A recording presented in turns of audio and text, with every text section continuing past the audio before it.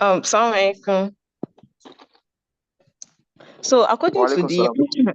in addition to what two speakers have said earlier, according to the speech of the MKAN Sadal, the academic seminar was established or organized to encourage our members to focus more on their academics while trying to balance the Jamaat activities also. Like if you have, for instance, if you have a first degree, you need to put in more effort to go for another degree just to make us more valuable in the society and in the Jamaat at large. Thank you.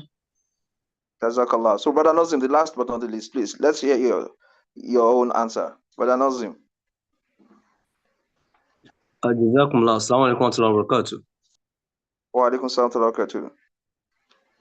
Yeah, picking it from the speech of respected Sadar, I think what brought the inspiration is actually the need to position members of the Jamaat, especially Majlis Khudam Ahmadiyya, at a very important state of being able to fit in to the human resources requirements of the Minarets International University. Assalamu alaikum wa rahmatullahi wa barakatuh. Jazakallah. That sums it up. Jazakallah. I think that's very beautiful, Brother Nazim. So, for those of you saying in addendum, perhaps somebody wins, maybe you have to share your prizes equally. But Brother Nazim actually summed it up properly. Jazakallah khairan. So, over to you, the chairman, respected chairman, sir, Professor Abdurrahman Abdullah. Jazakumullah khairan for the interactive session.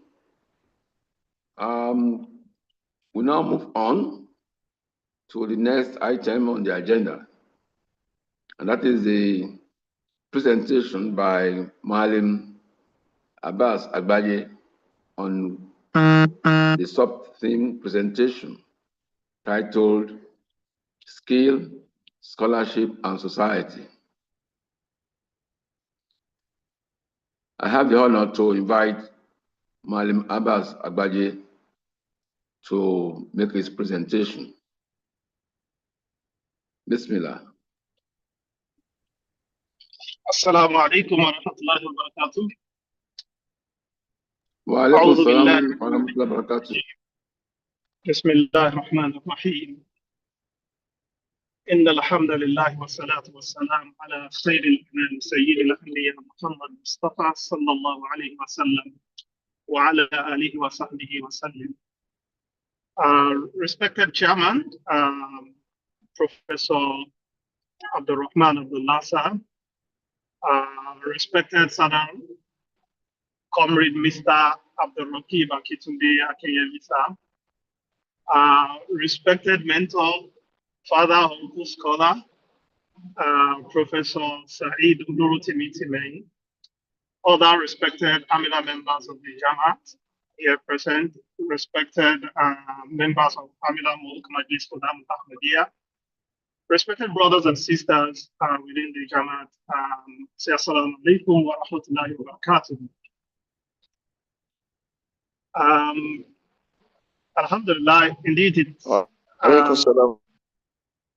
an honor to have this opportunity to share a few thoughts around the topic, skill, scholarship, and society.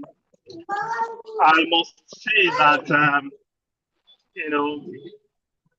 it's with the grace of Allah that I'm able to still make this speech, because right now I'm in transit.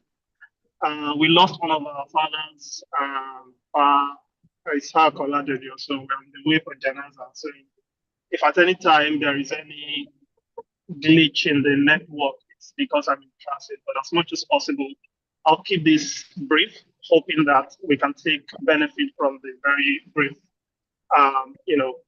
lecture. I should say that respected Professor Saeed has done the job, right? And I don't know why, Brother Idris decided to bring a student when the professor has spoken.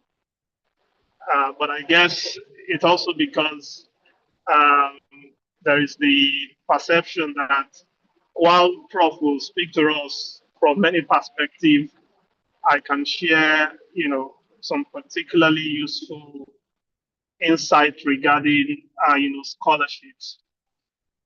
As some of you may already know, I won the Commonwealth Scholarship 10 years ago, to study for my postgraduate degree in the United Kingdom, and it was a life-changing moment because it unlocked a new world of perspectives for me. And this is not limited to myself. There are several other people who I have met with, because since I came back to the country, I have had the opportunity to, be invited by the British Council to speak to new scholars. And I've also had the opportunity to mentor, a number of people who have also won scholarships, in different parts of the world. Some have applied for Chevening, some have applied for Commonwealth Scholarship, some have applied for MasterCard Foundation Scholarship, some have applied for Erasmus Mundus Scholarship, others have applied for Vanya, Canada Scholarship to study in Canada. There are several thousands of scholarships around the world. However, scholarships cannot just be won by anybody. Scholarships are won by people who live with a purpose. And I'm happy that Professor Said Bitmei had, delved into the concept of skills, the difference between skills and knowledge, how we should reimagine skill acquisition, how we should reinvent our mind to ensure that we evolve and not, continue to operate with a stale model.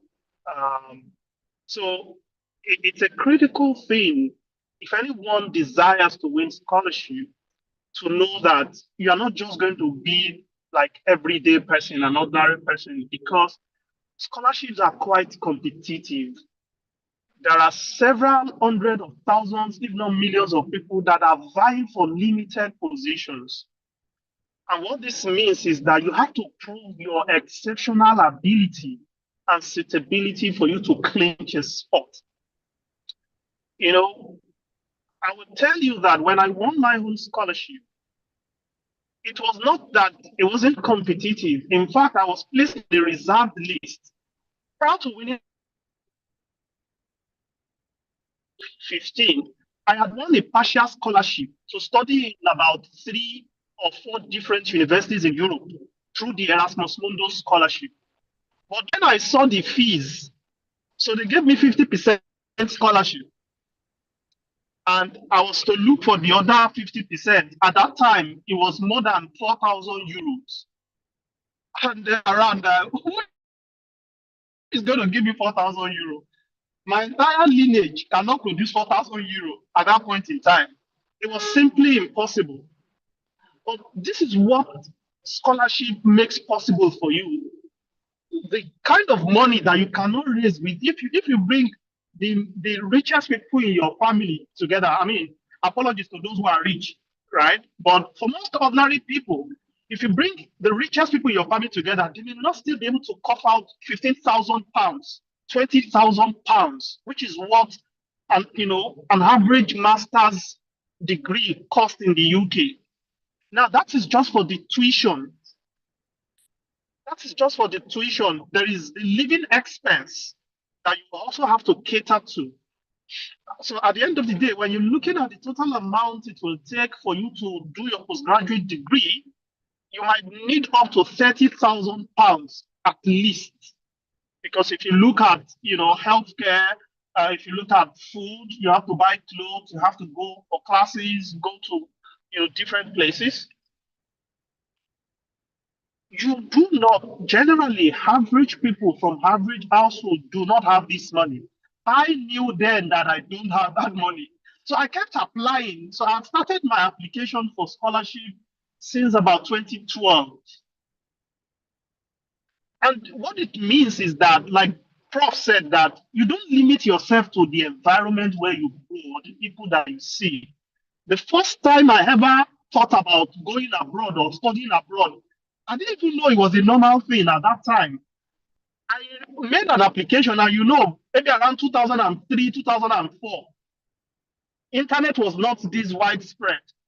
And somehow I've written a letter and I went to post that letter to the University of Aberdeen, making a request about the kind of courses that they offer. And I got their prospectus. That particular act of making that inquiry started to give me that confidence that so I can speak to people anywhere in the world and they will listen to my voice and respond. I held the prospectus. Prospectus was not an admission letter, right? It was something that acknowledged for me at that time that my dream of studying abroad is possible. I didn't know how, but the mere fact that I took that action, set the pace. And guess what? It wasn't until several, years later. It wasn't until several years later that I finally had that, opportunity to start applying formally for scholarship. The journey was clear, was because I had someone who led the way. So I met a friend, and this is why it is important, like Prof had, mentioned, what circle do you keep? If you keep people around you who don't inspire you to be better, your life is going nowhere. And therefore, when I met this guy, he was doing his NYC at the time, and he told me he was going to stop because he was going for a program abroad. I started asking questions. You have to have an inquisitive mind if you want to win scholarship. I started asking questions. How did you do it? And I know that young man. He had told me that he didn't have his father anymore. It was only his mother that was catering, supporting himself, his brother, and his younger sister. So they were living on a very, mean resources. They're living on mean resources. But he got that scholarship and won that scholarship to study abroad. I said, wow, your situation is not so different from mine. If you can make it, I can also make it. Positive mindset.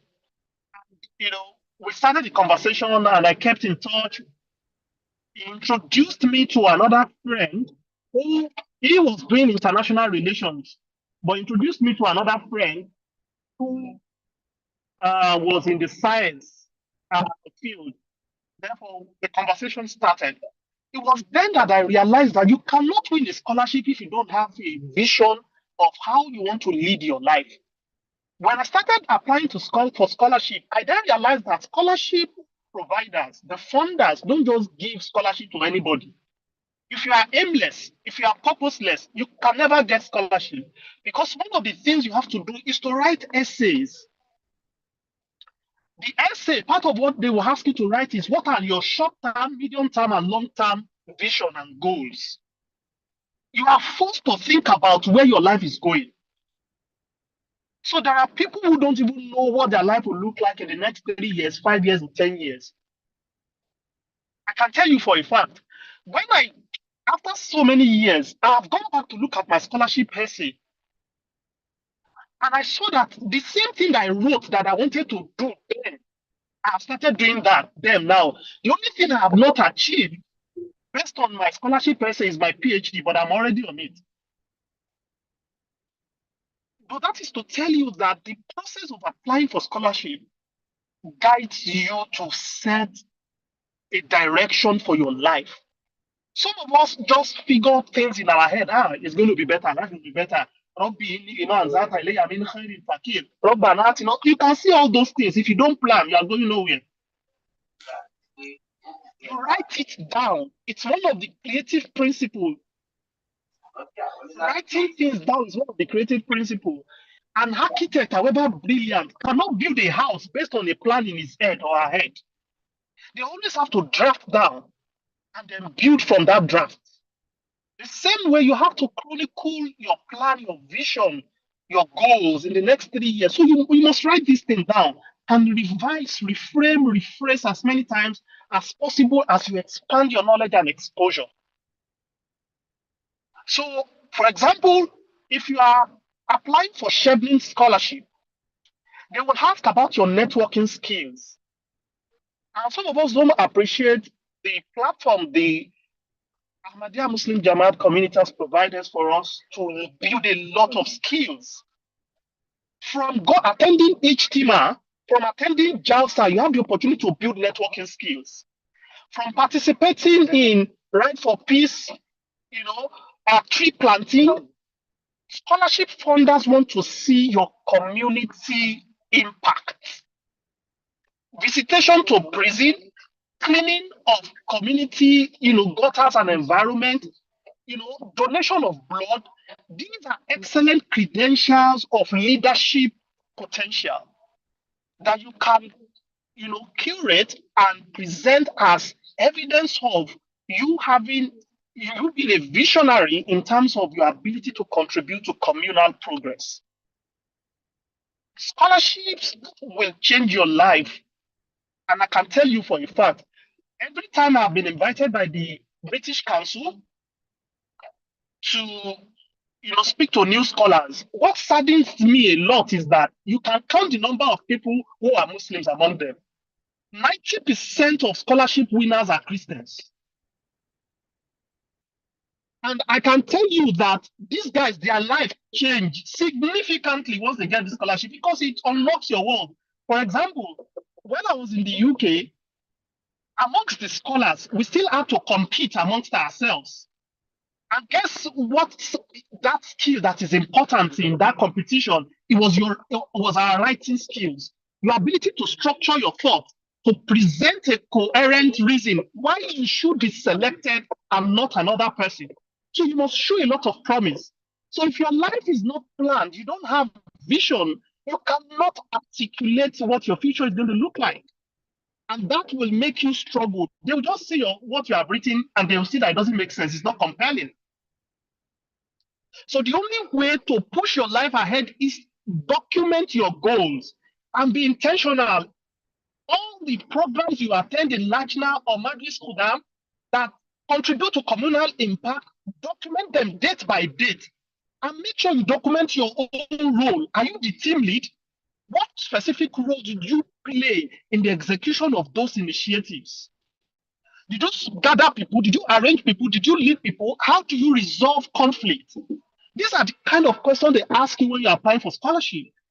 So you must take advantage of this opportunity that the Jamaat has provided and use it, to document. In fact, many people win scholarship not because they want to, but they have to create that persona that can win scholarship. So the things they don't do before, they started doing them and started documenting. They take photos, evidence. They post on, some of us don't even, I laugh sometimes when you say you imagine a future that makes sense for you and you are not in the right places. Many people spend their time on TikTok, Facebook, and some of these other platforms. It's good to, spend some time to relax, but your relaxation, if it is not connected to your future, you are damning yourself to poverty and mediocrity in a lifetime.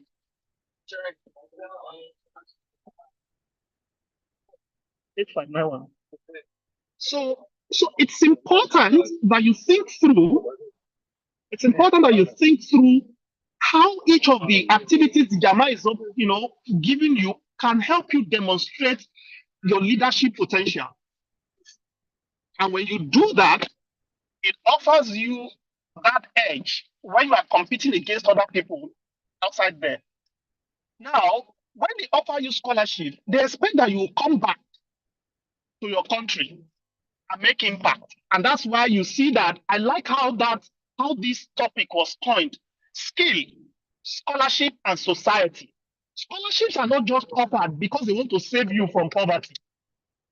They are offering the scholarship because they see that you are someone who has the potential such that when you are saved from poverty, you can save other people from the same poverty.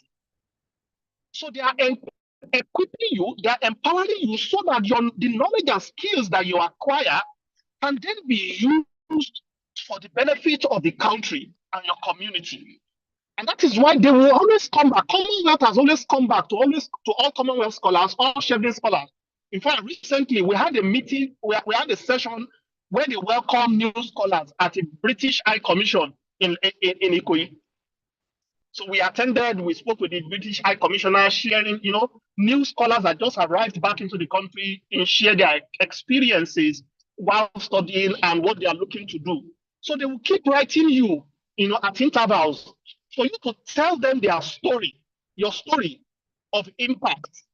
They featured my own story recently, on the Commonwealth Scholarship webpage, cataloging my career, path, the kind of project I've worked on and the impact it has had.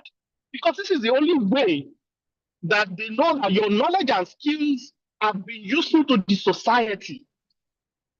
Now, before you think about going for applying for a scholarship, understand that you must first clarify what your life mission is.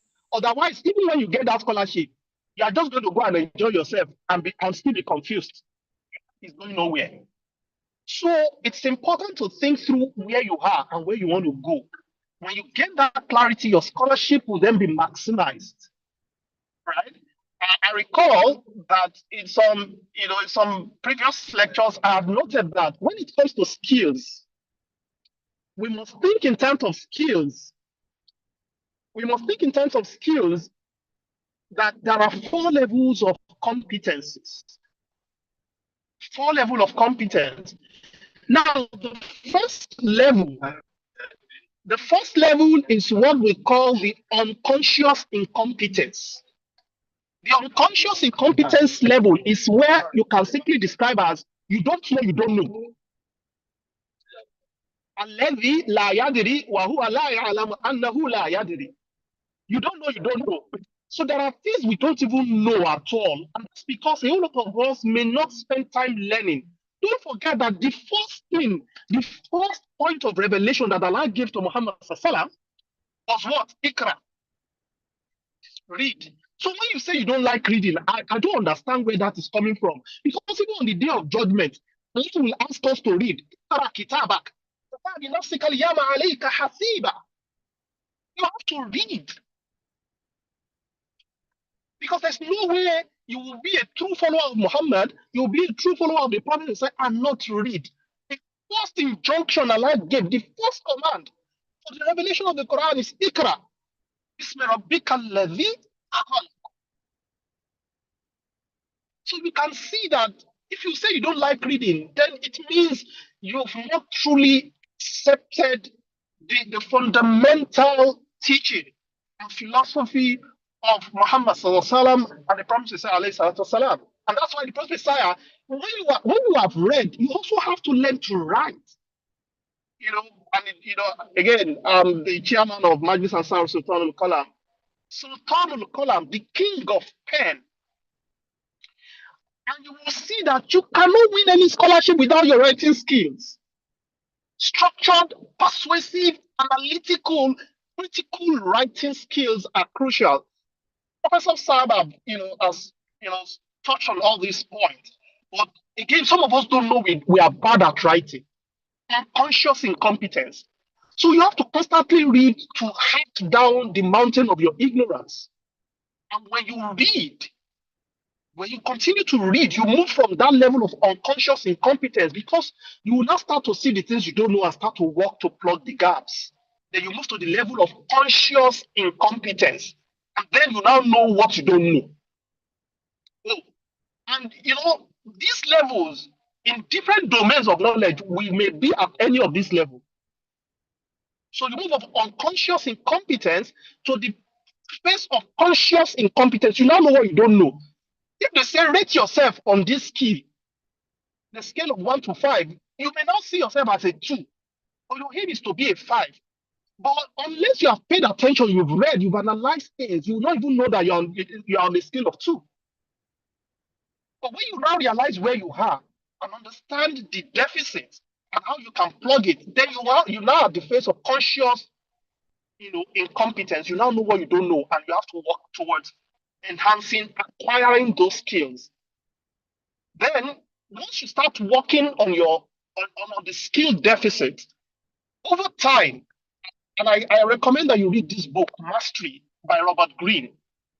I love that book a lot because it helps you to understand one fundamental rule. Of course, it is not absolute and sacrosanct, but it is, a good proxy to understand how you can build competence and mastery.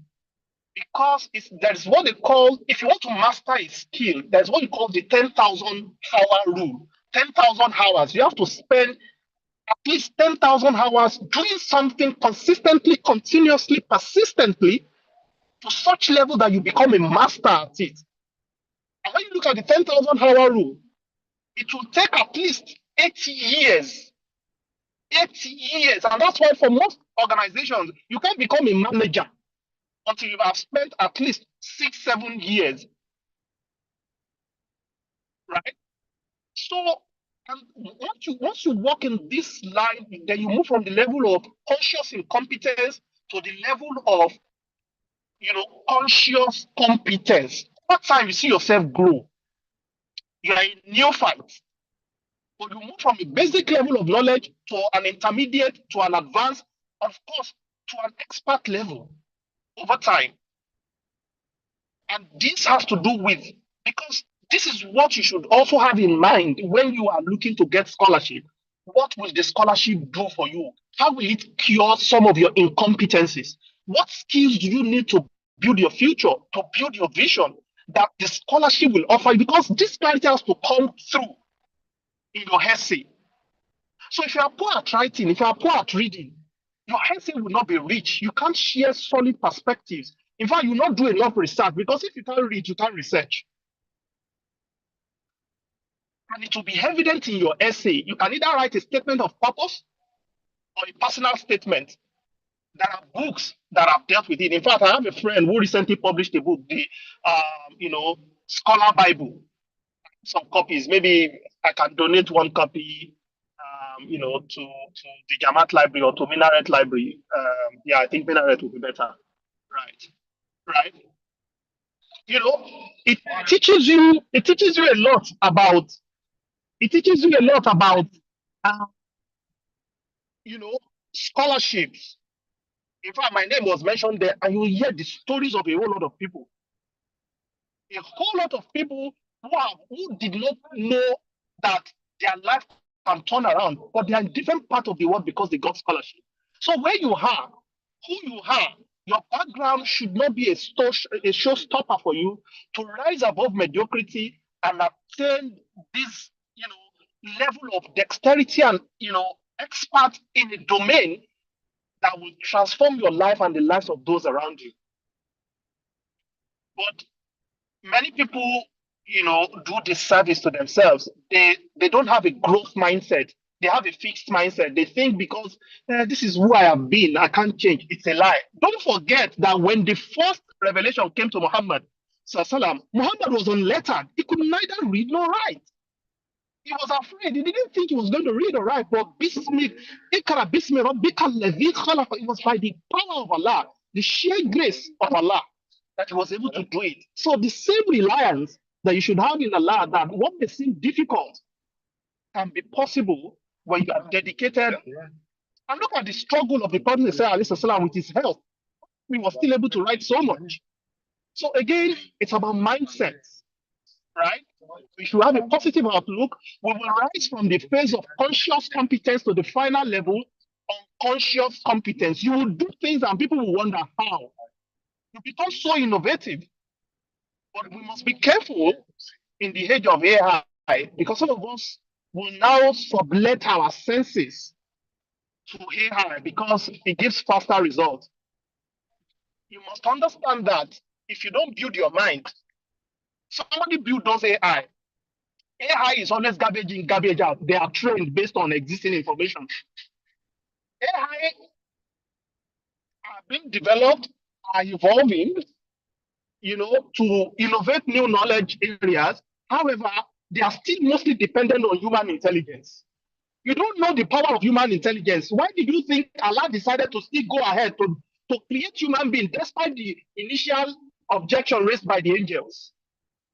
Inni a'lamu Ma lam takunu ta'lamun. That was what Allah told the angels. I know what you do not know. Prophet Adam showed superiority to the angels. Was it not because of his knowledge? It's this way of knowledge. And be asma'ihim. Tell them what they do not know. The angels, who we can regard as AI, or let's call them DI, divine intelligence, have their limitation in knowledge because they are not the omniscient. But because Allah has taught,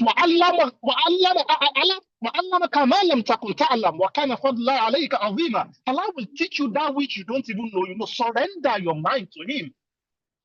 And Allah will show you the vast array of knowledge domains.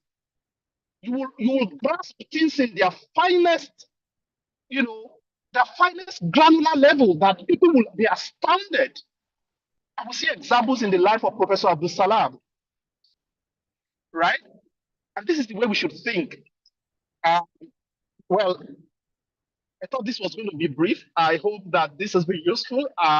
So let's think about, explore a lot of scholarships. There is Chevening, there is Commonwealth, scholarship, there is masters, find the masters.com, find the phd.com, several scholarship, website that you can subscribe to. Study the requirement of those scholarships and start to build yourself, recreate yourself. If you don't meet those requirements, recreate yourself, start doing those things. You can plan it out, start doing those things. In fact, some of us don't know before. I've been looking to work at the World Bank, but they pegged the age that you can apply to their young professional program. They pegged the age to 32. Recently, they have removed the age barrier, but we are past that age already. So it means those of you that have not even up to 32 still have the potential to work in big organizations like the World Bank, right?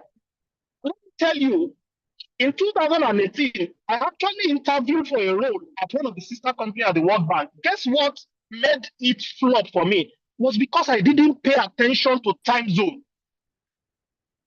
Unconscious incompetence. I didn't know that I was not good with time zones. The time zone in South Africa is different from time zone in here. They are 1 hour ahead of us in South Africa. In East Africa, they are 2 hours ahead of us. In Dubai, they are 4 hours ahead of us. Now, how do I know this? Because I have learned from a bitter lesson. Because I missed a lifetime opportunity. Right? But then I decided that I can recreate my own story. If I don't work for them, I can work with them. So I now have my own consulting firm. And I have recommendations. I work with people working in IFC and the likes. I've been to the World Bank office in Abuja. I've been to different places.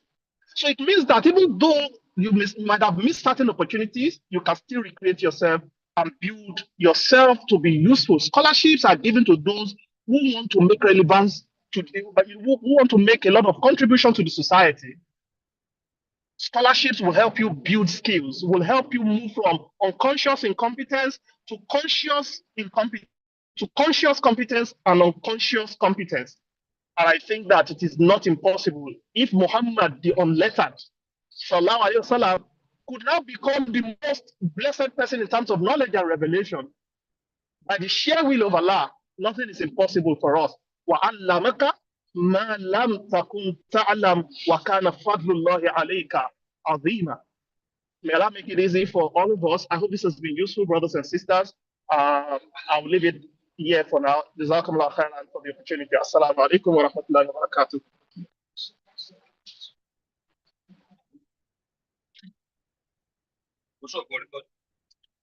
My record a long time.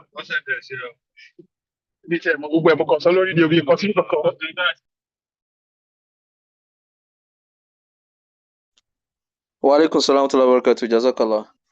The respected chairman, sir. No, okay.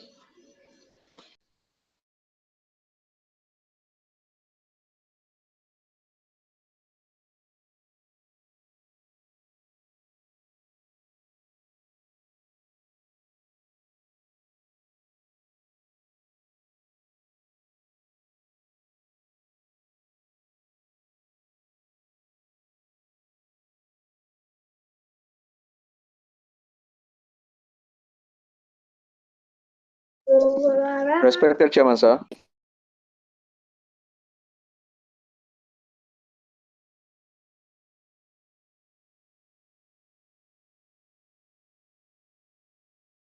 I think it's not.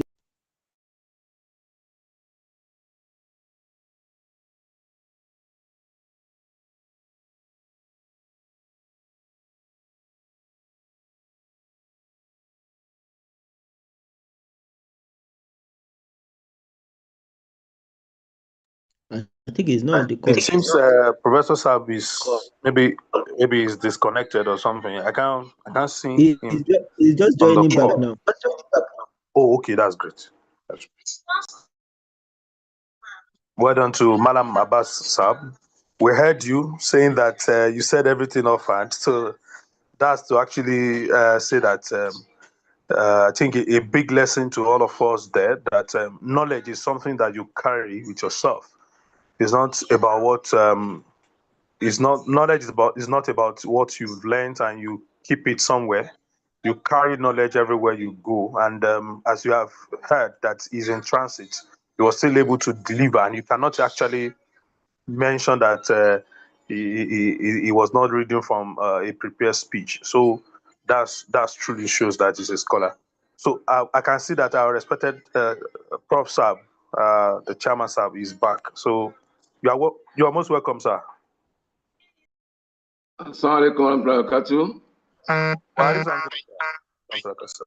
I'm sorry, I was logged out along the line.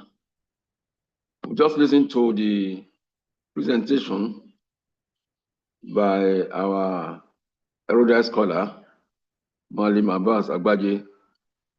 Despite the limitations of not being in his comfort zone, we are privileged that God granted him stable network all through.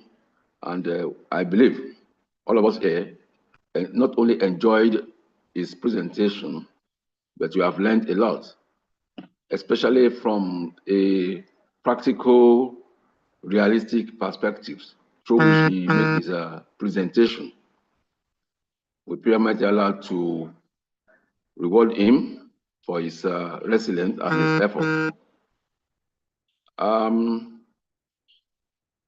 Now we'll move on to the next item on the agenda, and that is the panel interaction, where we want to welcome views of all of us that have listened. If you had anything to add, or comments, or questions, it is at this point in time that we'll take it. And I welcome the moderator to please anchor this and harvest the questions, and then possibly we invite the respective personnel that the questions are refers to for the appropriate answer. Mr. Moderator, please, you are welcome on board. Jazakallah. Wa alaikum salam wa barakatuh. Jazakallah khairan, sir. So please, if we have questions, perhaps something we want to say within a few period or few minutes, kindly let's signify by the raise of our hands via the section. So I would pick so that we can ask our question. So we have our brother Abraham Oriolo. So kindly go ahead, please. Brother Abraham Oriolo, kindly go ahead. Yeah, assalamu alaikum warahmatullahi wabarakatuh, sir. Wa alaikum salam wa Assalamu barakatuh. Wa alaikum salam wa barakatuh. Okay, thanks for the opportunity, sir. And a big jazakumullah khairan to our lecturers who have spoken with us.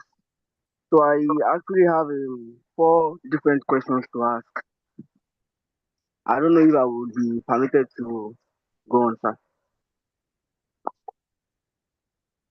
Hello, sir. Please go ahead. Make them brief. Go ahead, Lord. Okay, Make them sir. brief as possible. Okay, yeah. The questions are directed to Professor Said Orotimi. So the first one is, many graduates struggles to find jobs because their training doesn't match industry needs. How can this gap between academia and industry be bridged? That's one. Number two is what future skills should young people focus on if they want to remain relevant in the changing job market? Number three, in today's world, people have access to endless information online. How do we differentiate true knowledge from misinformation? And the last one, the Quran emphasizes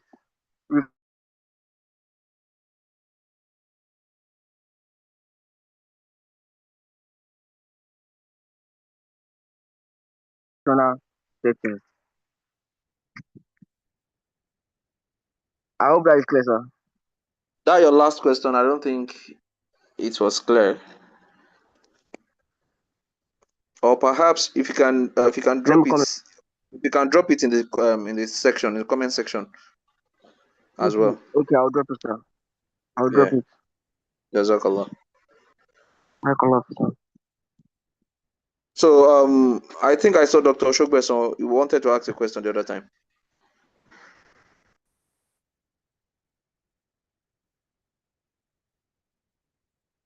Dr. Not at Oshogbeson, sir. all. Not All at right, all all. right, all right. So Sister Zainab Quadrilawa, kindly go ahead. Thank you very much, sir. Jazakumullah khairan to Missionary Abbas Agbaje for that insightful session. So I have two questions there. One, are there specific sites where we can see scholarship opportunities? Then two, is there a structure in the Jamaat or Majlis open to reviewing CVs or scholarship applications? And I don't know if Uncle Abbas also is open to such. Thank you. All right, Jazakallah. So do we have any other questions or comments within the participant?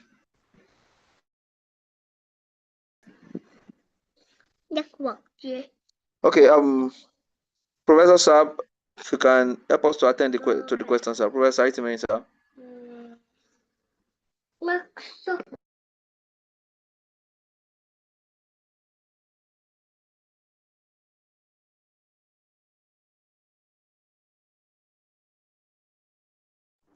He's currently I not on can't the see call. him on the call. Probably he's disconnected or something.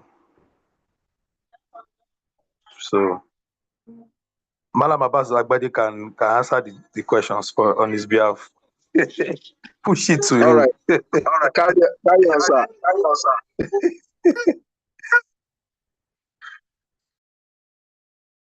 That's a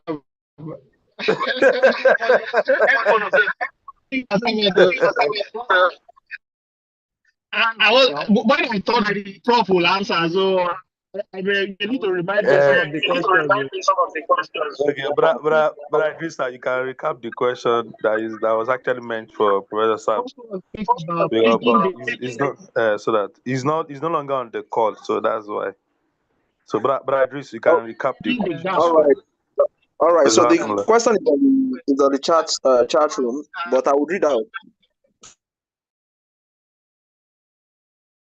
So Ramon Oyolo is that struggle to find jobs because their training doesn't match industry needs. So the question is, how can this gap between academia and industry be bridged? Then the second one is that what future skills should young people focus on if they want to remain relevant in the changing job market? Then the third one is, in today's world, people have access to endless information online.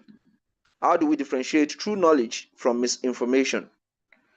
Then the fourth one, the Quran emphasizes reflection on creation and seeking wisdom. How can this principle be applied in today's academic and professional settings? So that's the question from Brother. So I know Malam Abbas can also look at the chat room. The Hafiz Abdurrahman has also dropped the fourth question. So for easy pickup of the question, so in case you want to start answering them. Exactly.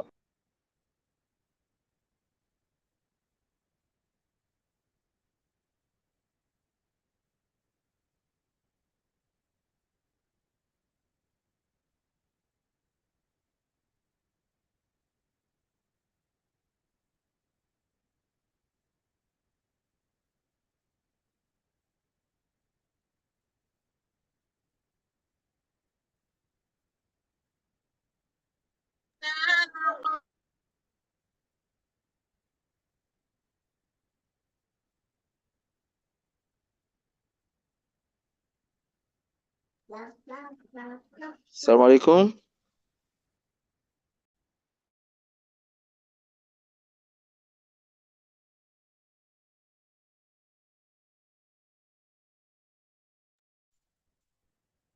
Oh, it seems is connected. I can't see him on the call as well. Mm.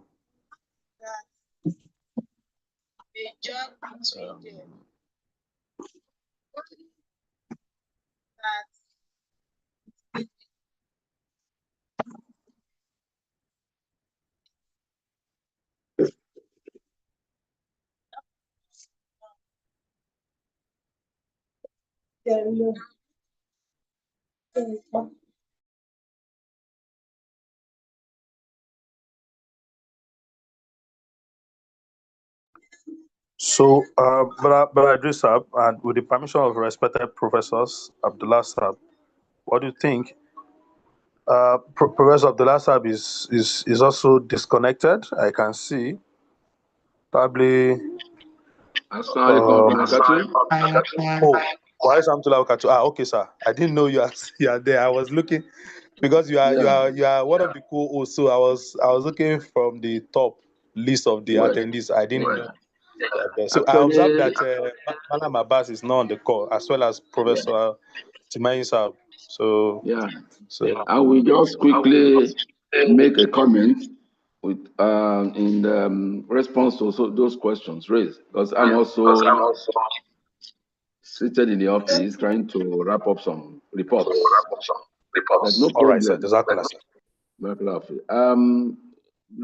was this question about making oneself relevant to contemporary workplace demands, despite deficiencies in the educational training. Of course, this is a pointer to the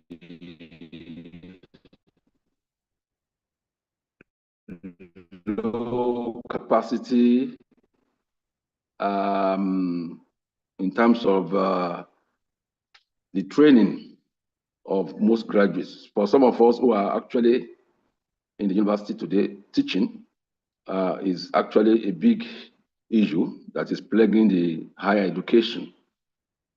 Even though we are just addressing the problem that started all the way from the elementary educational institutions.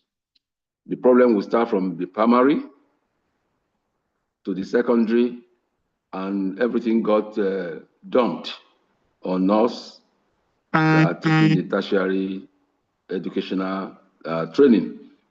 Nonetheless, for a serious-minded student, in the first instance, for anybody that find himself pursuing one program or the other in the university or higher institutions, you must be thinking of what becomes you after graduation, even from day one. If you are admitted for a course, one need to establish the career progression that course is going to learn in after leaving school. Maximum 5 years, you are through university education. The preparation, right from the point of admission, will spoil that particular student mindset. I give an example, which is personal. At the beginning of every semester, even before, when a particular semester ends, interval of some few weeks or a month to the next semester, it's meant for you to rest your brain, but it is actually a stopgap for you to prepare for the next semester. My own tradition as an undergraduate is to look through the university synopsis, the next courses that is ahead of me in the next semester. The first thing I do is to gather materials, textbooks, if they're available at the bookshop. I buy them at any cost, or I look for materials in the library. I place some of them on resale. But it's much more easier to do now. Just browse the internet and you get tons of books relevant to the course content of those courses. That is somebody who actually because I want to see myself on top of the game, being a master, even before the commencement of the next semester. And that's how it goes on until I graduate. Even after graduation, I gave you this. We were in the university at a point in time that all training needs, capacity needs were in the doldrums. The teaching and research firm during our own days was nearly empty. Nothing. As an agriculturist, I realized there is a gap. I only have the theory. Many times I have not even perceived those livestock. I have not seen them in practice throughout my undergraduate training. So what that means is that I took my time, even after my master's, to go for the list of employment in one of the leading agricultural farms in Ibadan. I spent 2 years, which was meant to complement my theoretical knowledge and perhaps the practical exposure that I lack. I didn't look for money because I wasn't paid peanuts, which was barely okay to cover my expense of transportation in a month. But I took that job gladly. I only got compensated for that job because after about 2 years there, I got another job placement, which put me on the managerial scale. And I enjoyed the little I missed in terms of monetary rewards. But after that, I now moved back to the university to finish up my PhD. But the point is this: after my PhD, I became an agricultural consultant, even while in the employment of the Babcock University. And my first exploit was to set up the teaching and research firm for Babcock University. Imagine me that did not have the privilege of a training in a teaching and research firm during my undergraduate, setting up a teaching and research firm for a university. It's about individual disposition. The fact that the training needs are not there is not an excuse for anybody. You must develop your own, perspectives. Have a challenge. What do you want to become? If your present situation is not offering you the basis to become what you wanted to become, look for how you can harness it elsewhere.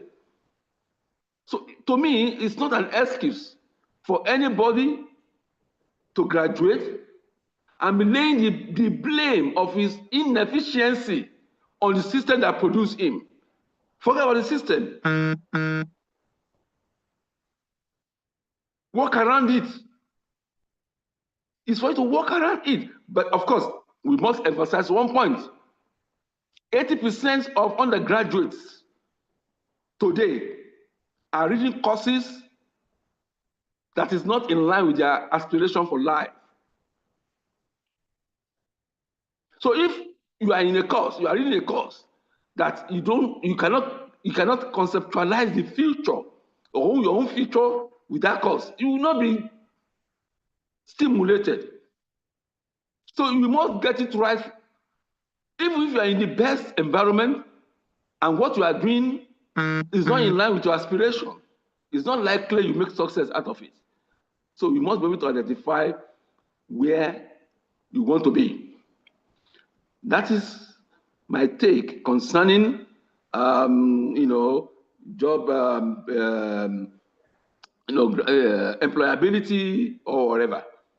Even the fact that you are offered a course of study that was not your choice, you need to, quickly re-strategize your thinking. Maybe perhaps you didn't know anything much about that course that you are offered. Why not research into those courses, find out how you can make meaning to your life? Even pursuing the course, even if it's not your first choice in the first instance, you can still amend your ways and make meaning to what you don't know before. Perhaps you don't know much about that because of lack of knowledge. So, but establish the relevance of the course of study first and situate yourself within that relevance. Just like Mwalim Abbas said, you're not just going to be offered a scholarship if after benefiting from that, you are not going to be of benefit to the society. The same way, the fact that you are using your parents' fund to execute your undergraduate studies is not a reason for you to see it as a free fund. How are you going to be beneficial? Like some of us, I'm bold enough with gratitude to Almighty Allah. Right from my undergraduate, especially when I keep hearing that, I'm talking of the days of Professor Giwa, when he was the Lone Ranger professor within the Ahmadiyya Muslim community in Nigeria. And it becomes an insult to some of us that, okay, after Giwa, who else? You guys are not pursuing education. That was a burning desire. While some of us we practically shun avenues to make money in the industry. But I knew how I truncated the possibility of getting engaged in NLNG or getting engaged in the mint in Lagos, just because of being able to be part of those that will revolutionize education within the Jama. So as an undergraduate, the mindset that I must get to the peak of this career, and in fact, I believe that it's only by then that I can be useful to the Jama. That is an objective formulated as far back as 1988, and has been the guiding spirit. So I just wanted to humbly advise young upcoming academics among us to have a clear perspective of how they want their current aspirations to be of benefit to mankind, the society. It can be mankind. Generally, we narrow it down to the Jama.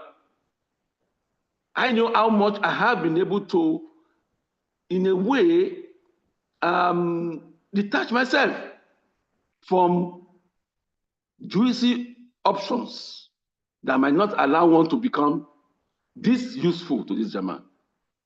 May Allah ease our ways for us and continually make it possible for us to achieve our aspiration. So for upcoming members, try to have a very clear-cut perception, not minding the deficiency in the system. It will always be there. Nobody will have it all. Nonetheless, rather than allow you to dampen your spirit, allow you to challenge you so that you can make an headway and meaning to your life. That is the contribution I wanted to make as per the questions raised. Assalamu alaikum wa rahmatullahi wa barakatuh. Wa alaikum salam wa rahmatullahi wa barakatuh, sir.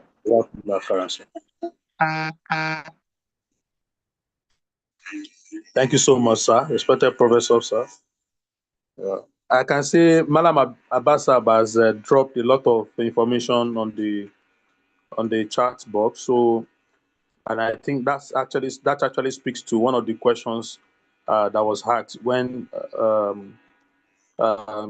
asking about the availability of websites where scholarship opportunities can be gotten. So, just to mention. So, and I don't know if Malam Abbas can speak to other. I think there was also a question asked if there is any opportunity of reviewing CV in the Jamaat or by the Majlis. Can Malam Abbas speak now or can speak to that? I don't know if he's still on the call. Okay, Assalamu alaikum, Sam. Yes, I can. Okay, I sound like that. Touch on that. So normally within the Majlis Fudam, we have,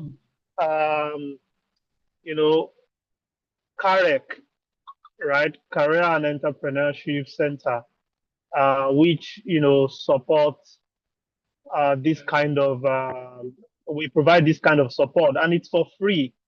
We've encouraged, I can understand that the sister is not a member of the Majlis, but we are still within the same community. So if you do have need for your scholarship essay or other kind of advisory support, you can reach out to CAREC. I will drop the Majlis Fudam email to CAREC for CAREC on the group chat. So anyone who has such request can reach out to CAREC and you get attended to. Even though it's meant for members of the Majlis Fudam, but with the permission of the Sada, am I speaking your mind, sir? Yeah, Bismillah, no problem. So, because I know Sada will concur because even the sisters they are our wives or they are our sisters, so they have to progress all of us together. So yes, when you send that, we'll be able to attend to it. Normally, people pay now for others to review their scholarship essays. You have to pay. There are people whose means of livelihood is that. I have a friend who is doing that business. He won scholarship for a lot of scholarship during his undergraduate days. He won scholarship, Commonwealth scholarship for masters and PhD. So there are people who have won both Commonwealth scholarship, masters and PhD.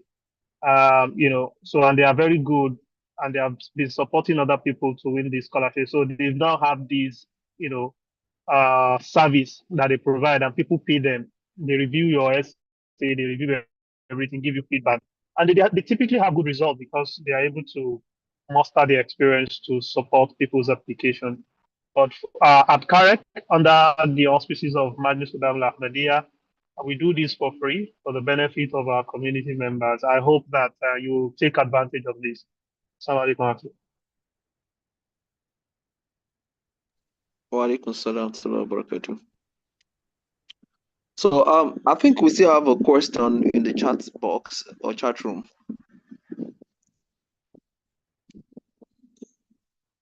Assalamu alaikum. You want to read it out? All right. The question is if there is time to answer this question. Okay, what can someone with HND computer science with PGDE with TRCN yet be denied? He has been denied teaching opportunities because of the first degree, which is HND in government opportunities. The question is, what can such a person do to overcome the discrimination? Yes, to probably an education qualification so that the person can do to eliminate the discrimination.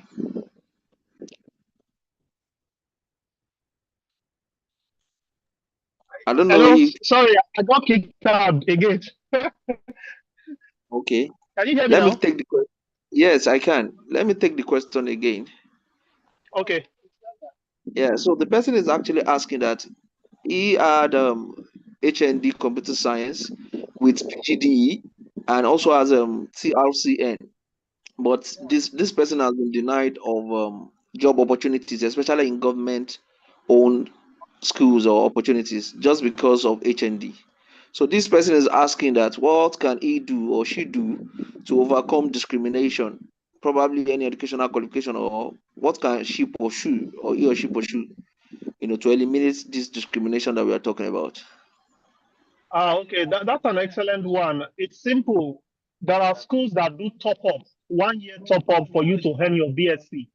And I have, harmful examples of people who have taken this route.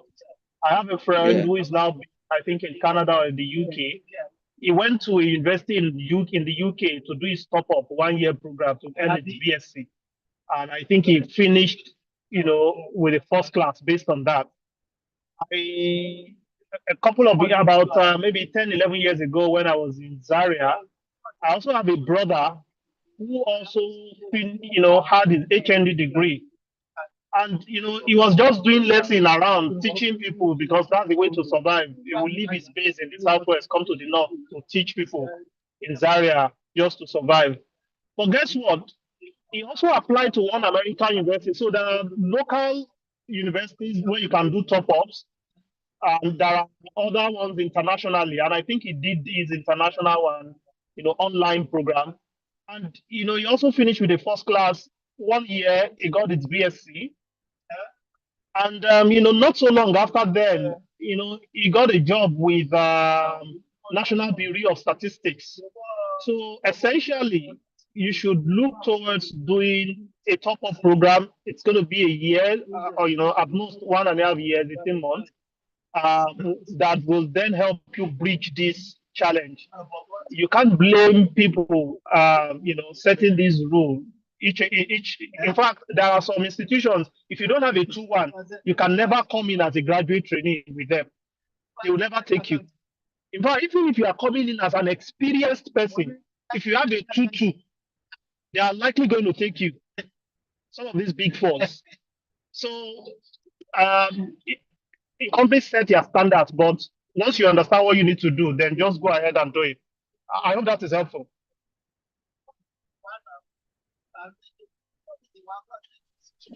Absolutely.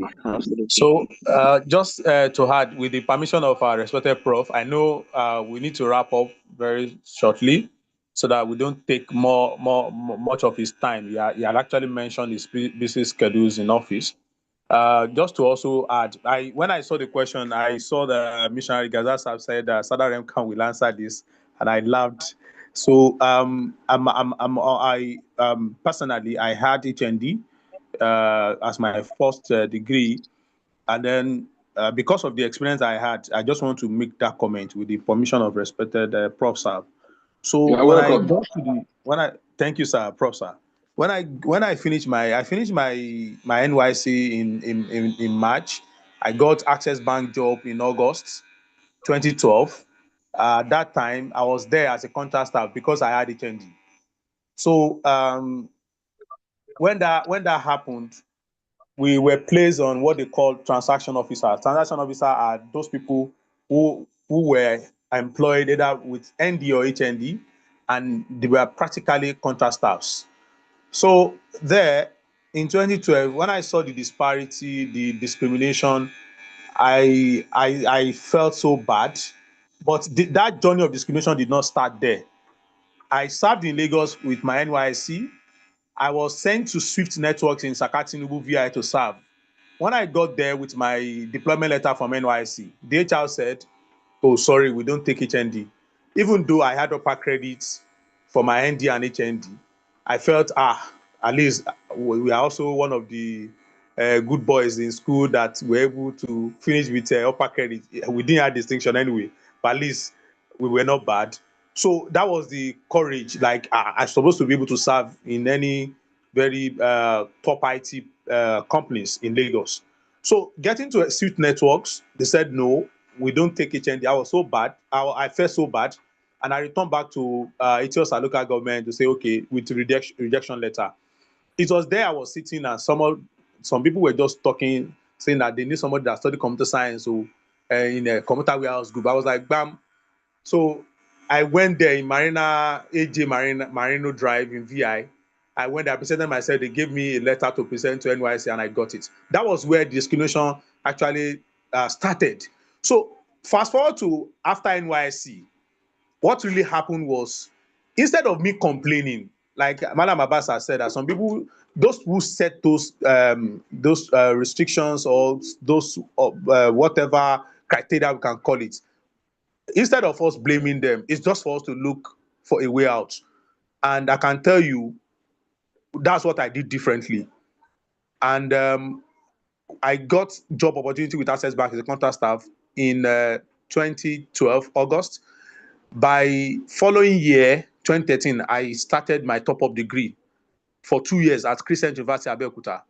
So the journey is so interesting that Alhamdulillah today, Alhamdulillah, Professor Saab, who is the chairman of this session, is my mentor as well. And then we discuss. And Dr. Daudiko is also my mentor, and I'm learning a lot from these fathers and among others. So today, Alhamdulillah, I'm running my PhD. Once I finish now, nobody will know whether you did HND or whatever. So I can beat my chest and say, Alhamdulillah, I had HND, I have BSc, I have MSc, and the PhD, inshallah. So you don't, instead of you looking at the challenges, but one more beautiful thing I want us to learn from this is that I spent 6 years in Access Bank as a contract staff. I joined the bank August 6, 2012. I left the bank August 6, 2018. 6 years exactly. 6 years exactly, I joined Skybank. And when I joined Skybank, they didn't take me with HND, they took me with the BSc. And when I got it, they were asking me, Rakib, do you have other people that can join? I said, I have good guys that are good in Access Bank, but some of them, either they are still doing HND or they are doing their BSc. So they didn't have BSc at that time, and they could not take them. So instead of complaining in an environment that you have, just do hijrah, move. If the movement is actually what is required. If you have HND, you have PGDE, you have TRCN, but they say it's not enough. Just do one year top-up program, 2 years maximum, you are done. Yabatech is doing so many universities that if you want information about that, you can reach out to me. I'm very open to engaging people on things like this. Just not to waste our time, but just to mention that to inspire ourselves that in as much as you can move, just move. Whatever is required of you to get to where you want to get to, please push for it. Don't let the current status push you down. And then regardless of whatever criteria people have set, when you are exceptional, they will come back to you. So that's just what I want to add about this question particularly. Jazakumullah khair.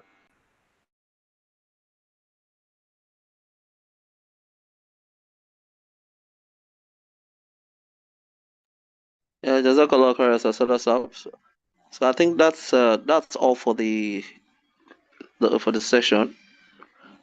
So over to you, sir, Professor Abdullah, sir.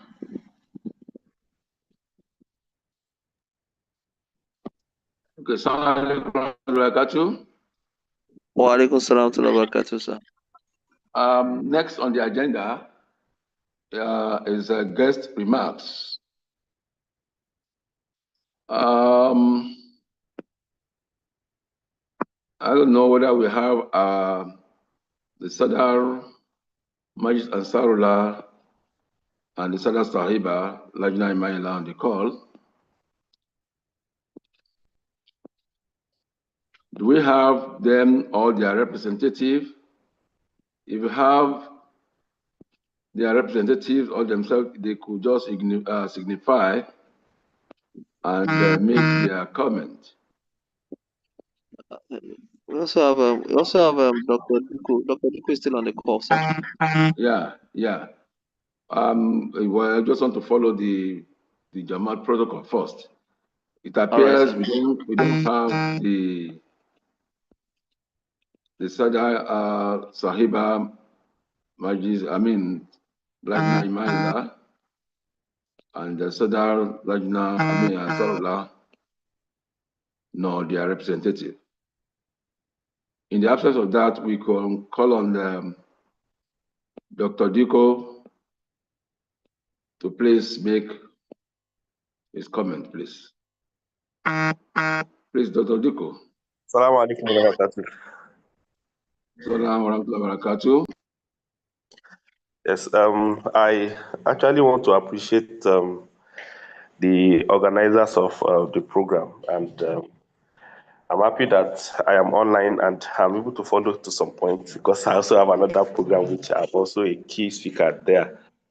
But I would want to just emphasize on one thing which Prof has mentioned from his comment in the beginning, because looking at the topic of discussion is actually very key at these times. For example, I'm in a program presently where we are trying to train some of our students on the use of quantum computations and its applications. Now, this, as it were, is a new area. In fact, in this part of the world, in Africa, we have very limited resources, limited information, that even we call these people quantum, maybe African consortium, that they are looking at where would Africa come in. We know Africans, blacks are very brilliant, particularly, but where are they in the quantum field? And there are so many opportunities that are available. Most of the industries that are training people in this direction, they want you to come in and as internship, try to see what knowledge you have, build yourself with their facilities and all that. So, it's a vast world. And you observe that whenever new things come up, they attach the word quantum to it.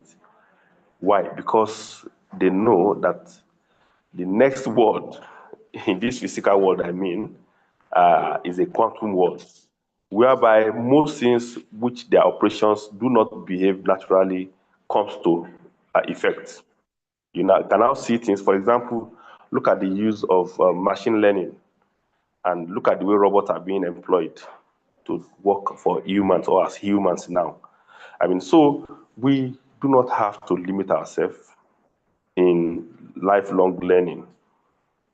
If you have every opportunity to learn something new, to add to your skills as young people, it is very key, very important that you do not limit your strength and your power.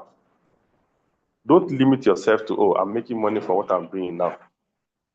Like I mentioned in the speech I gave when I was starting this program that I'm into, that when we finished our first degree in those times, the new generation banks were just starting. Most of the young people that started with them then, they went into banking, got money for the first 3 years, and they went abroad for higher scholarship.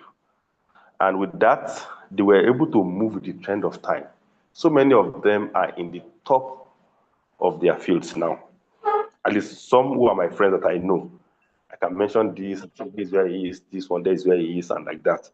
So we do not have to limit ourselves as young people. So in essence, what every speaker has highlighted, pointed out for us, we should enjoy ourselves to be part of whatever new skills that has to be learned in our field. Then also look out to other related areas. First, the ones that you can easily adapt to, and with time, the more difficult ones. For example, this quantum field that I am trying to work on now, I've tried it in a long time. While I was doing my PhD, despite all the challenges I faced, I was always using one of my area of research to be in the quantum field. Good for me. My area is actually stochastic analysis and application, but more related to physics. So that quantum thing keeps coming up, and I had to learn. I had to go back to an MSc class in physics to sit with my students that I taught when they were in 300 level, in their master's class. It was a very funny thing. They were like, "Oh, God, what do you want in my class?" I said, don't worry, I just need to learn some bit of physics. And since then, it has kept me alive in my field. I mean, I went through those rigors and I was able to stabilize. So these are some of the things that matters. One cannot say everything, but as you go along your path to higher grounds, do not mind the difficulties. Ensure that whatever obstacle you face it squarely. Look at the case of the Sarah Sahib. I mean, when he had to move, he saw the dichotomy between the HND and the first degree thing, and he had to fight his way through. He had to suffer for 6 years working as a part-time staff. When he had the quality of working as a full-time staff, you can imagine what he would have lost if he had used a first degree to get the job, saving that kind of money that should have been added to his salary for 6 years. I mean, so these are the challenges we face. And interestingly, in our system here, our certificate matters. I mean, in other climes, if you don't even have a certificate, you can do any job. But here, I mean, it matters to show your skill. So this is my advice for us. I appreciate every of our fathers that are online, every of our mothers that are online for this support. I mean, whenever we are called, we'll always be there. So thank you for the opportunity that you have given me to talk. I appreciate the organizer. Jazakumullah khairan. Assalamu alaikum wa barakatuh. Wa alaikum salam wa barakatuh. Do we still have any of I have I think Mrs. Azizat Abdullah. I don't know if is the representative of the Sarah Saiba Lajina Imadia. I'm not sure. Well, yeah, we are requesting if we have here the representative of any of our elders organization, is Lajina Imaila or Sadar, Majis Ansarullah. We want to give you the opportunity to make your remarks.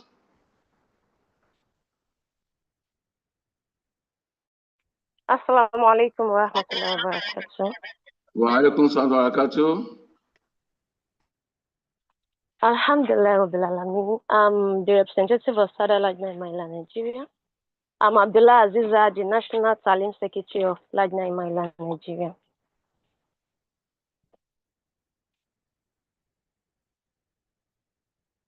You're welcome. Assalamu alaikum to Lava. No. Wa alaikum salam wa barakatuh. Go ahead with your remark. أعوذ بالله من الشيطان الرجيم بسم الله الرحمن الرحيم ثم الصلاة والسلام على رسول الله الحمد لله رب العالمين. It is an honor and a privilege to bring the greetings on behalf of our respected Sadar Sahiba Lajna Imaila, Nigeria, Ajata Fiko Fagbolade.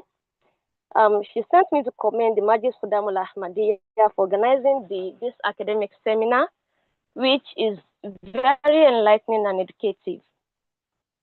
Truly, this program is such vital in shaping the minds of our youth, the Majlis Fudamul Ahmadiyya, and also the Lajna Imaila, the youths among the Lajna Imaila. It strengthens their values and also prepares them to serve faith and humanity. I would like to advise all youths present here to kindly take note of all the advices and all the lectures given by the elders, the speakers, and all the speeches of the respected chairman and the speech of the respected Sadar Sahib Majlis Khudamul Ahmadiyya. We should make sure we strive more in achieving excellence and also to become beneficial members of Ahmadiyya Muslim Jama and also beneficial members of the society at large. Whatever field we find ourselves, be it academics, science, technology, education, health, or any other profession, we should try to strive to be outstanding, to uphold integrity, and also to be a source of positive impact for others around us. In doing this, you won't only contribute to national development, you also fulfill your own duty as ambassadors of Islam and also ambassador of Ahmadiyya. On behalf of Sadar Lajna Imaila, I say Jazakumullah khairan to the organizers and all the participants, and also Jazakumullah khairan to the keynote speaker, respected Professor Sahid Timei, the second speaker, respected Brother Abbas Agbaje, and to the Sadar Sahib, Majlis Qadamul Ahmadiyya. May Almighty Allah in His infinite mercy reward your efforts, bless it, increase all of us in beneficial knowledge, and enable us all to be shining examples of service to the humanity and sacrifice of being righteous. Assalamu alaikum wa rahmatullahi wa barakatuh. Wa alaikum salam wa rahmatullahi wa barakatuh. Jazakumullah khairan. Do we have any representative from Sadar Majlis Ansarullah?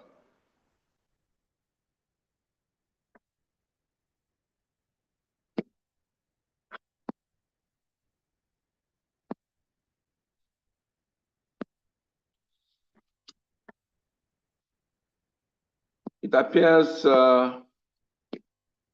we don't have the representative here.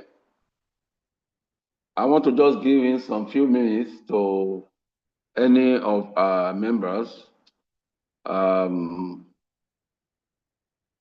academic elders that are present here. If you have any comments or contributions, anybody?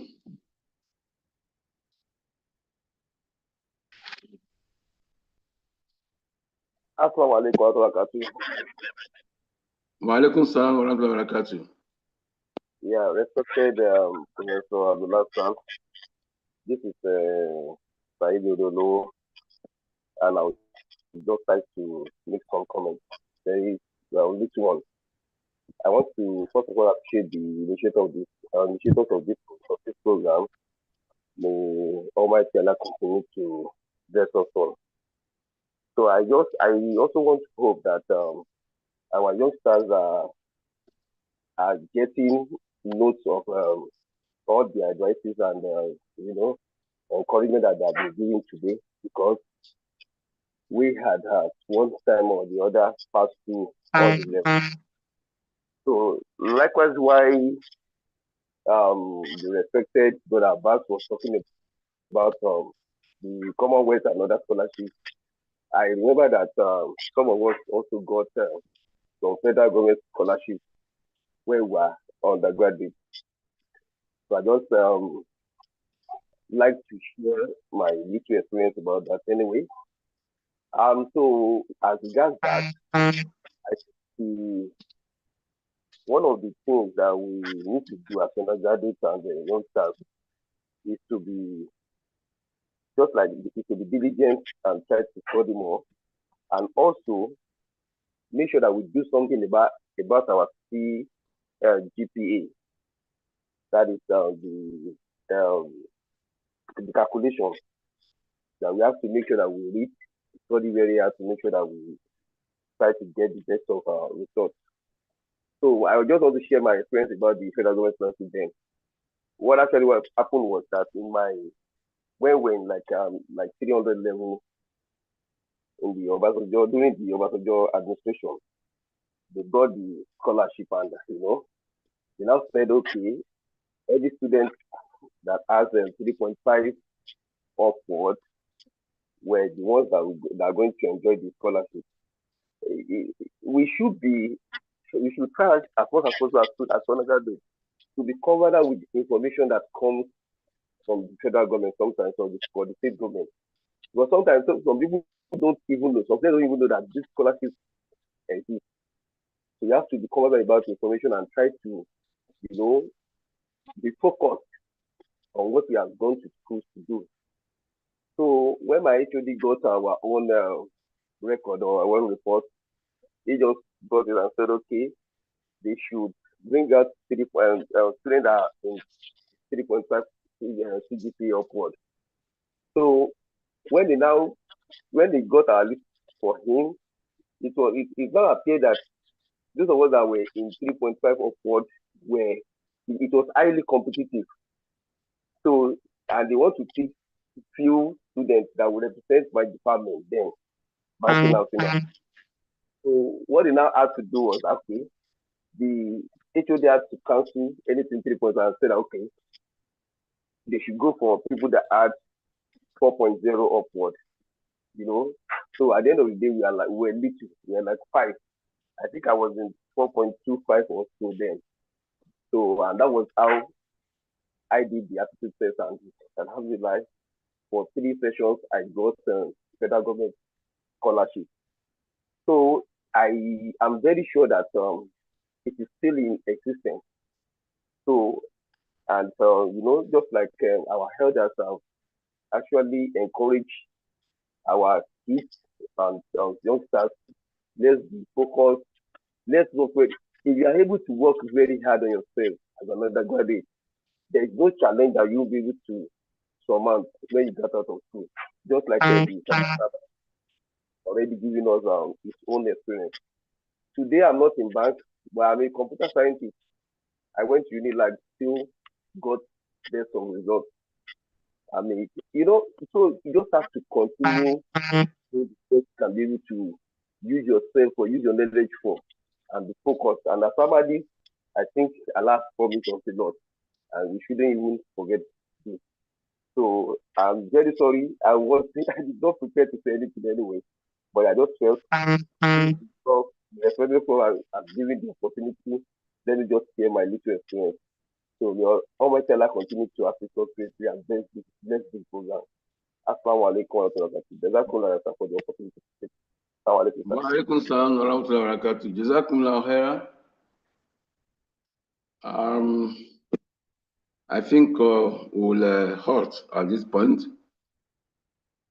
We have listened to quite a couple of remarks. And next to that is the closing remarks.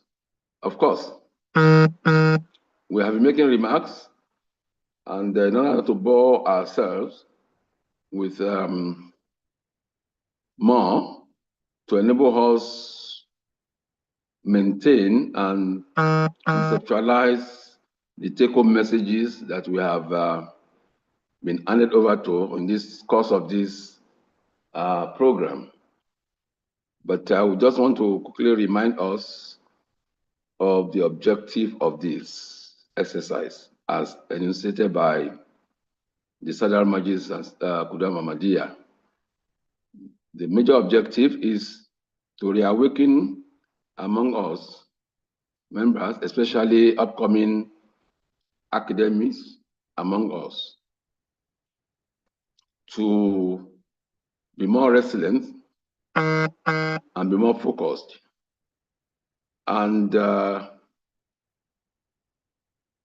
make ourselves available to pursue our career to the utmost. And at the end of it all, channel our expertise to the betterment of the Jama'ah and the society at large. For some of us who have the benefit of mixing with the Jama'ah in the diaspora, you will realize that what make the Jama'ah to work better there were simply the deployment of the expertise of members to serve the Jama'ah. And of course, some of them have top-notch expertise that they are offering free of charge to the Jama'ah. And that is why you see the Jama'ah in UK, in US, in Canada, achieving very great heights. You want to believe that maybe Jama'ah is paying for this. Jama'ah is not paying. It's simply because we have members, a pool of resources that are deploying their expertise to move the Jama'ah forward. So for we rather than complaining about the state of our development as a Jamaat in Nigeria, of course, one we want to say is a reflection of whom we are. It's a reflection of the expertise that we have garnered so far. And if we must raise the bar, if we must make the Jamaat, Nigerian Jamaat, to get to enviable status,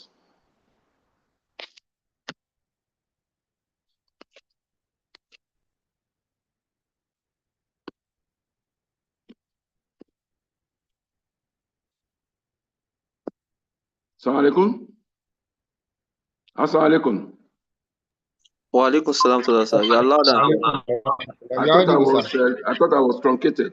I said, if the Jamaat, if we want people to see us better than what we had today, the only shortcut is for us to be able to improve on ourselves individually and get it deployed. I pray Almighty Allah to support us in this regard. And we have been challenged, even by the Jamaat. The Jamaat has offered a template, and that is the Minaret University. It's a template for whosoever is aspiring to become intellectuals among us. The excuse of who is going to employ me, where am I going to work, is off it. How are we preparing ourselves to take Minaret University to become an household name all over the globe? And I must say this, with the approval and the acceptance of the Uzur of Minaret University, very soon we see pool of experts from all over the globe trooping in to offer their services.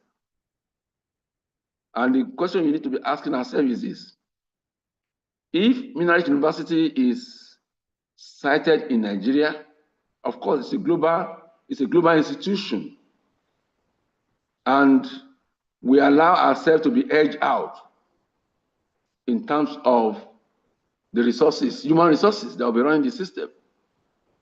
Don't come tomorrow and blame Jamaat. It is only those that are available and are willing to offer services. And it's very, very easier for our youngsters now. See how you can continually position yourself to come on board. I pray Almighty Allah to guide us through in this regard. So we should take it as a token message. And of course, there is no room for mediocrity and there is no room for half measures. The best of the best is good for us. And it will be very, very interesting and heartwarming to notice that the engine room that is driving Minaret are exclusively members of Jamaat. The same way we go to UK, the Jamaat institutions running exclusively on Jamaat members. May Allah make it easier and achievable. On this note, I appreciate the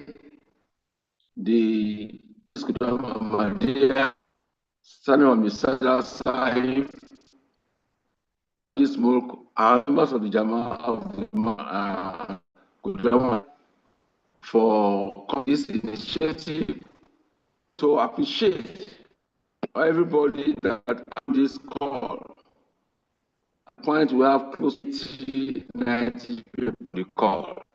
That's a very, and I've seen that the transcend.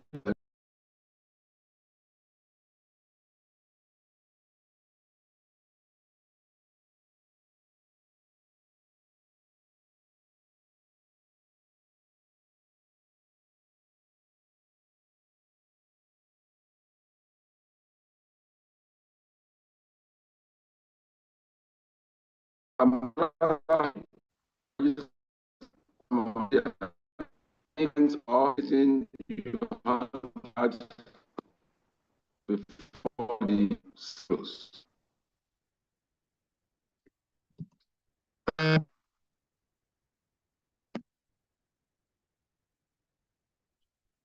alaikum. Walaikum salam, sir. Assalamu alaikum. I'm making reference to yeah.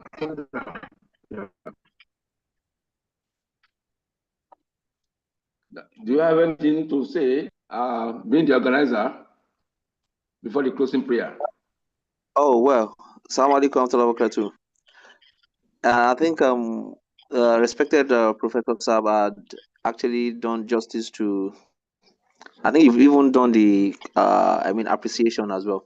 But I just want to say that Jazakallah khairan for want to first of all appreciate Almighty Allah subhanahu wa ta'ala who has actually made this seminar a possibility. And also would like to say Jazakallah khairan to the respected Sadar Saab, Majlis Kudam Lahmadia, for this initiative that came to be in about 3 years ago. So this is our third edition of the seminar. And as a matter of fact, it has come to stay, in as much as there is a need for academics, and there's a need for us to keep growing and to keep evolving as far as the world is evolving. Then the need for this seminar, keeps arising. So we can only pray that may Almighty Allah continue to strengthen us. And we've also ensured that the date, since we always have holidays on October 1st, so the date is on October 1st for this seminar going forward, inshallah, with all things being equal.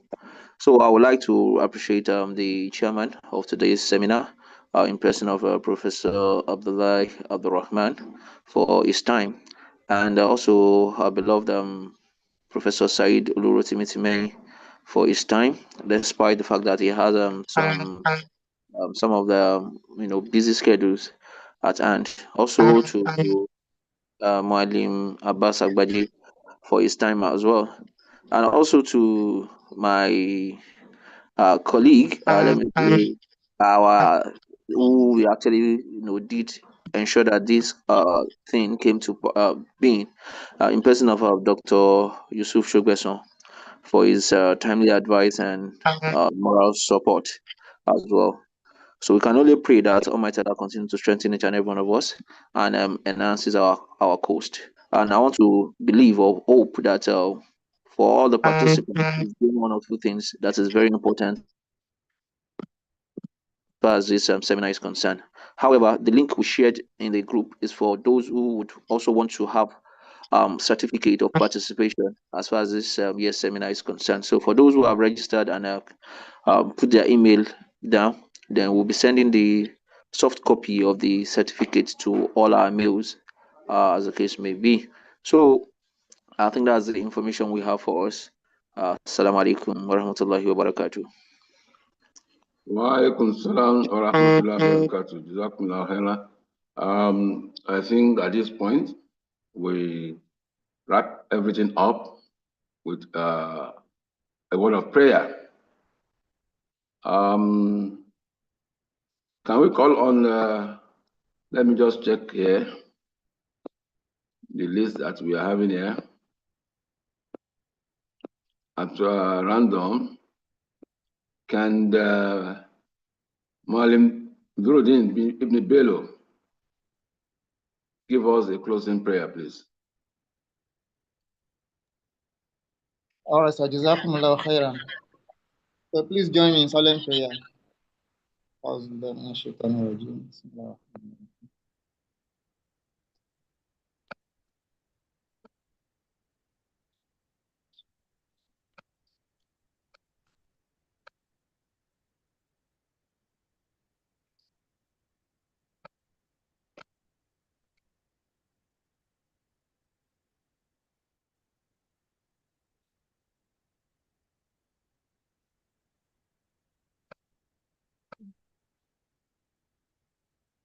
Allahumma amin.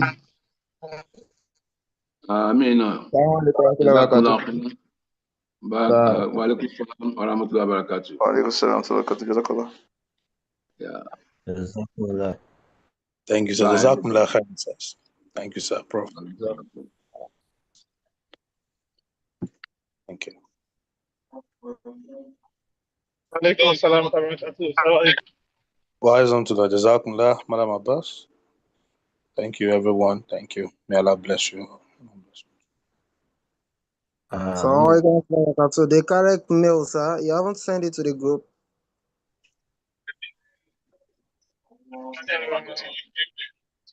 Correct. It's correct at hodam.ng.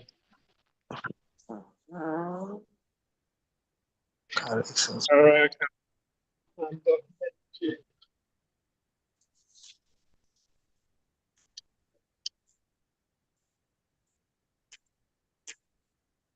So I've dropped it on the chat now. All right. Jazakumullah.